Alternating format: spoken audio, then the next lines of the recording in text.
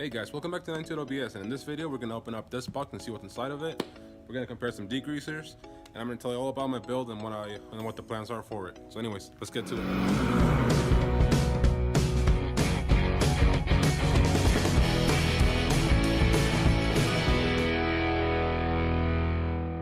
Before we do the fun stuff, we're going to jump to this, just to compare the two degreasers. If you're not too interested in cleaning, I'm going to leave time frame somewhere over here that you can jump to the fun stuff. So anyways, let's get to this. Before you start cleaning anything on here, well, what I did is I threw my valve covers back on just to make sure that I minimize any overspray or any of that gunk getting into my heads. I also made sure that all my ports were plugged, so the intakes and then the oil feed and return for the turbo over there. I stuffed a earplug on the smaller hole, and then I stuffed the rag on the bigger one. I'm probably gonna plug up the exhaust on it too, just to be safe. So I'm just gonna shove a couple of rags in there. Not that I need it as much, I think, but just to be safe. There we go. So now what I'm gonna do is I'm gonna spray one on one side and the other on the other side, and just see what cleans better. So we have purple power. We're gonna spray this on our driver's side.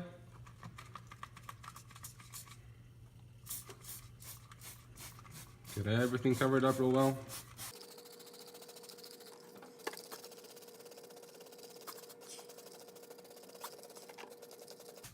Really soak everything. Make sure that everything's covered up. And another thing that I did is that I try to move my harness out the way. Make sure that doesn't get wet as well. So I think that's pretty good on Simple Green. I mean Purple Power.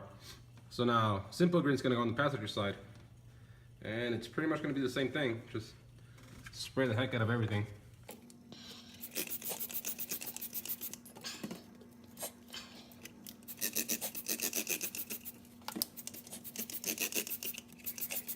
And then after we spray all of this, we're gonna let it sit for about 15 minutes, maybe 20.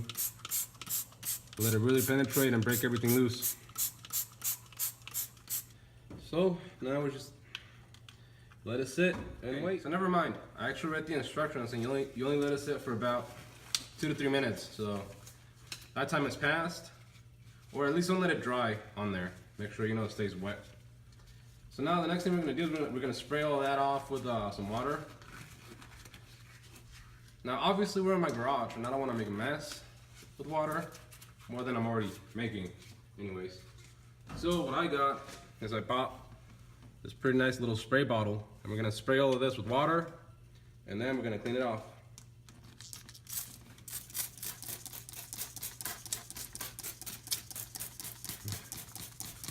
Try and get everything that you got with the Simple Green or with the purple power, and try and spray it off. Now I do gotta say that the driver's side is already kind of at a disadvantage because of that doghouse right there. The crankcase vent makes a mess on the driver's side, so I don't expect it to be better than the passenger side, but we'll see what we get. So I already sprayed pretty much all of this stuff, and obviously not all of it is falling off, but some is.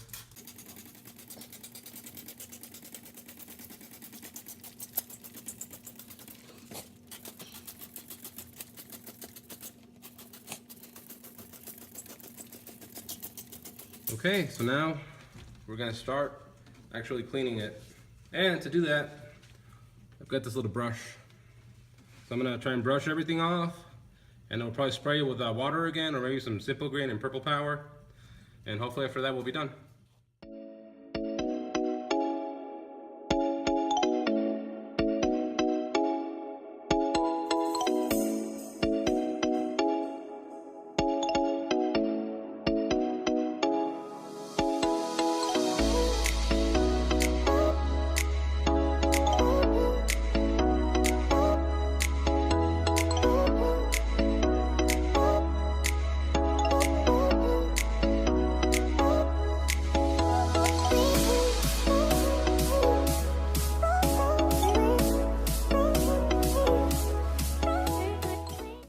Okay, so that was it. I think both of them did a really good job. I do gotta say that the driver's side, Purple Power, did a better job, especially because that side was absolutely covered in oil.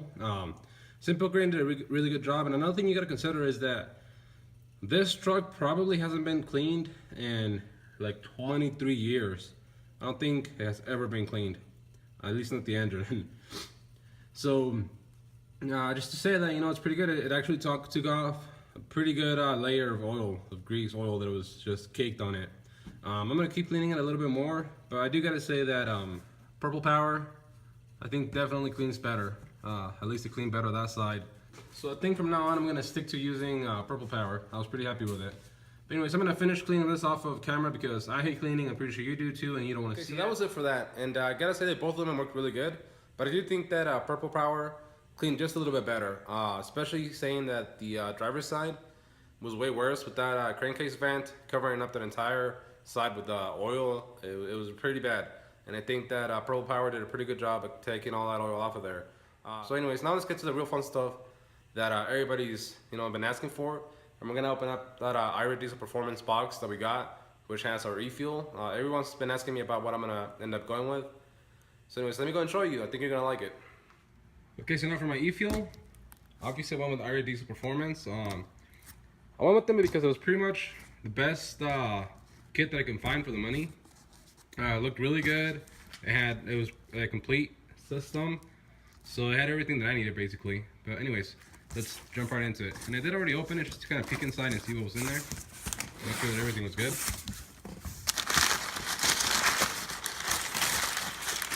And the first thing we're gonna get is some very nice looking fuel lines. Stainless steel looks like. So very nice. Very nice, very nice. Now, gently put those off to the side. Get some more packaging. Now you can see the real fun stuff peeking at you. So everything's very well packaged. You got a bag with all kinds of hose. Let's open this up. So you got your hose with some quick disconnect, looks like. We have this little box right here, which I'm guessing is going to be the regulator from Fuel Lab. Open this up real quick. Like I said, I'm pretty sure this is the fuel regulator from Fuel Lab. So that's pretty cool. Instructions. And yeah, look at that. Man, that looks pretty damn nice. All black, which is pretty cool. So anyways, that's that. We also have a little bracket and some fittings and screws, everything you're gonna need to pretty much mount this up. Put this one off to the side. And here you have a 0 to 120 PSI fuel gauge, which is awesome because I already have one, but I guess it doesn't hurt to have another one. We'll take this out real quick. Check it out, take a look at it. And there you go. Pretty cool. So anyways, you can see right here you have a whole bunch of fittings. Like I said, this is a complete system, so you shouldn't need anything, at least as far as I know. This kit includes everything you're gonna need. So that's all the hose and fittings. It looks like you also have some wiring, a harness. So this should be fun. We all know how much I love wiring, but it looks like everything's pretty complete. You know, you got your relay, you got a fuse, more connectors. So, should be pretty painless. What is this? I'm not sure what this is. So let's open it up. This has to do with the electrical stuff. Again, I'm not really sure. It looks like it's just some covers, I think. Oh, I know what it is. It's for the fuel pump. It's like your little covers for the fuel pump. And now, let's get this out. Man. I gotta say, this looks great. This is their new base. It's a billet base. It's got their logo on it. And it's pretty damn heavy duty looking. Now, since I have a regular cab, this is gonna mount on the outside of my frame rail, which is fine. I just hope that it doesn't hang down too low. I want a cleaner look, but we'll figure that out once we get to it. So yeah, I gotta say, I'm really happy with this. It looks great. Just the quality of it. I mean, nice billet base you get, kind of like how Faz and AirDog has their bases. We've got you got the Dutchworks 250, I believe it is, pump. This pump is good for about 600 horsepower, which is a lot more than what we need. And it comes with a 2-year warranty, so that's pretty cool. The filters, to be honest, I don't know what micron they are, but they should be pretty good. And it's got a water separator, which is awesome. So like so far, like I said, I'm really happy with this. It's super high quality. Like it feels really nice and solid. So I think it's gonna be great on the truck. We also have the instructions, which, if I'm quite honest, I think they could be better. I think that's something that they could probably improve on.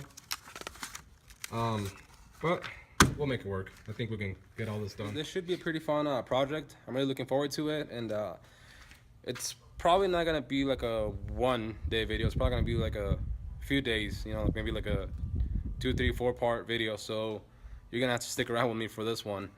But like I said, it should be really fun.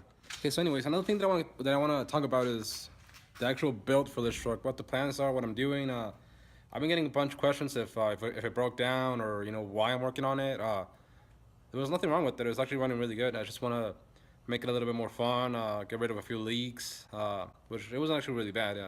It had just some like minor leaks. I want to get it running really nice and smooth, get a little more power out of it, make it more fun. So basically what I'm doing is, you already saw the fuel system. That's what I'm going to be installing. Injectors, I'm about 95% sure that I'm going with Baby Swamps. They have some outstanding reviews. It seems like that's like the #1 choice for injectors, especially for like the power level that I want for this thing, which I'm thinking about 300 through 350 is pretty much where I want to be at. What I think it's a pretty good number, pretty fun. It should really wake it up. Turbo, I'm just going to do a rebuild on my turbo. Go with the 360 bearing, billet wheel, 1.0 exhaust housing. That should really wake it up. I'm also going to be installing an intercooler on this thing.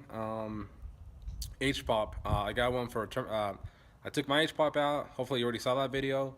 Took it out, sent it out to Terminator. I already got it back, which by the way, those guys, or that guy, I think it's only one guy, I'm not sure. Awesome turnaround. As soon as he got it back to me within a few days, pretty much like that same week that I sent it out. I already had it back. It's still in a box over there. I still gotta unbox that. I'm calling this a stage 1 build because I think that's what it is. It's pretty much all the things you want to first do to a truck before you even go to a stage 3 or 4, whatever you want to call it. You need all your, you know, supporting mods. You need your air fuel. You need a bigger H-pop, your turbo, your injector. I mean your intercooler. If you don't do any of that stuff and you go to like stage 2 injectors, you're gonna have some problems. You're gonna have some EGT problems, stuff like that. So anyways, that's why I'm calling this a stage 1. It's gonna be kind of like a lower power level. It's like all your first bolt-ons that you do to a truck to get it to work and function a lot better.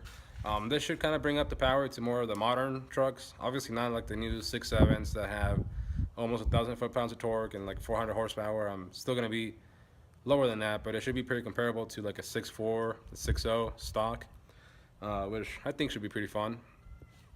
Like I said, about 300 to 350 horsepower and about 600 foot-pounds of torque is what I'm shooting for. I'm not sure if I'm gonna have it on the dyno. Probably not, at least not for a while. But from what I've been researching and all the upgrades that I bought, it should bring it up to that level. Yeah, as far as I can think, that's all that I'm gonna be doing in this truck. And of course, I'm gonna be recording everything. I'm gonna try and do the best I can to make some quality videos to help you guys out.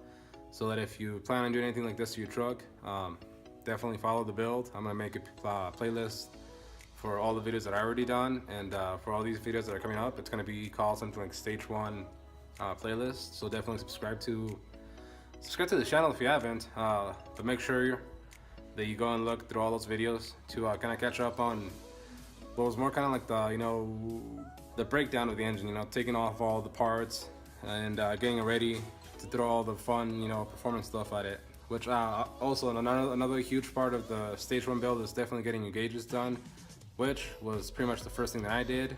It's also going to be on this playlist. And that's pretty much it for this video. Like I said, it should be a pretty fun build series. Once the truck's done, it's going to be really fun. I can't wait to actually have it back out and have it driving, which it's actually sucked because I live in Arizona and it doesn't rain all the time. We do get a monsoon season every year, which lasts about a month, which just happens to be this month. So it's been raining pretty much every day, and I can't take the truck out and play, which sucks. But anyways, once the truck's back and running, we're gonna go and take it and have fun with it. Maybe go on a few off-road adventures before we start doing suspension. Which, just in case you're wondering, I have plans, and I'm pretty sure that I'm gonna be going with the 05 and up coil suspension swap on this truck. So axles, all that stuff is gonna be going to this truck. I just don't know if it's gonna be right after I get done with the engine, or if I'm gonna do paint first. I still haven't decided, but it's gonna happen. So anyways, thanks so much for the support. Like I said, we're pretty much at 430 subscribers, which is awesome. I really appreciate it. The channel's growing super fast. It's just, I'm really happy. Thanks for all the support. Thanks for all the likes, for all the views. Subscribe, comment. Again, leave a like, it really helps. And like I said, stick around, I'm gonna make a playlist for this whole stage 1 build. And yeah, thank you. See you on the next one.